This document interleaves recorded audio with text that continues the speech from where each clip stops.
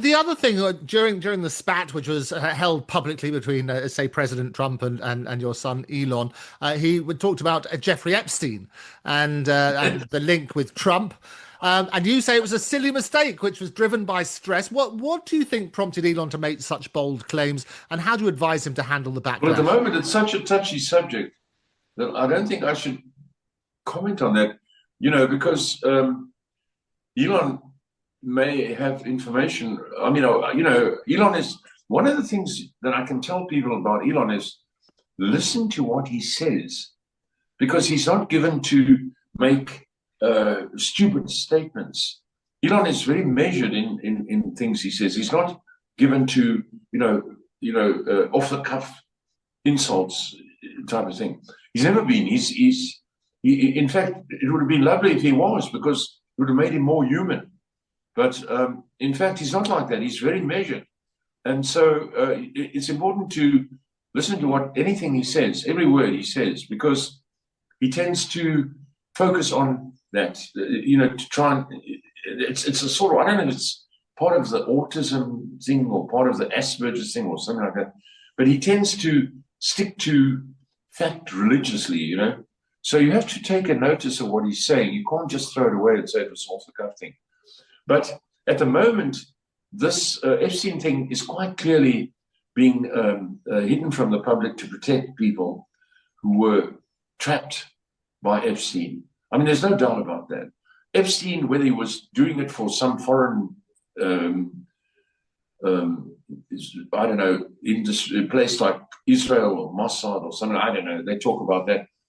Whatever they were doing, it's quite believable that, in the world of power and politics, people will do whatever they can. I mean, you only have to go back in England to the Profumo time and things like that, which brings down an entire government,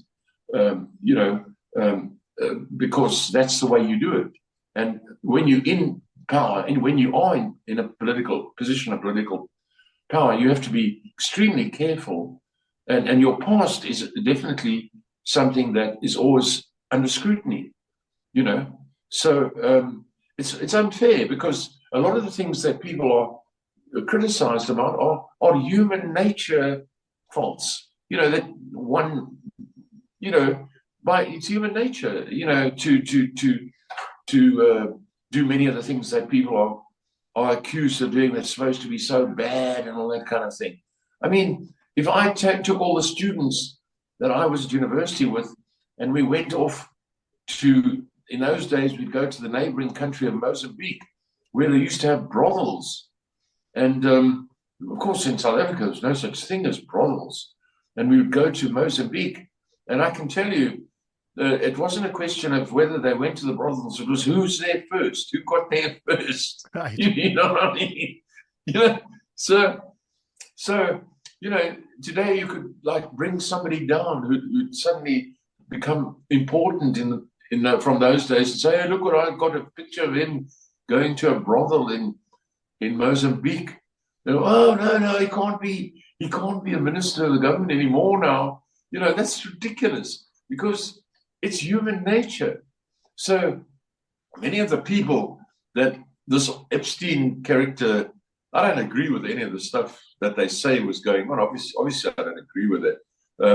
I put the blame at the parents of these little girls. Where were their parents? Why weren't their parents not seeing what was going on? Why are they not looking at what their children are doing? That's what I would say if that was the case. Yeah. But in the world at large, if a girl is 16 or 17, it's her life. She can do whatever she likes. So you can make all the rules in the world, but nature thinks differently, if you know what I mean. Yeah, and So I anyway, think, as you say, I always say that sunlight is the best disinfectant, and I think what happens is yes. we So need to look at you this. have the situation of Epstein where people were trapped. Maybe married men were trapped, by accepting an invitation to some sort of show of some sort of thing, and they take videos of these men. There's no man on earth that's normal, who wouldn't like to go to, married or not, I mean, we're human, we're human beings. So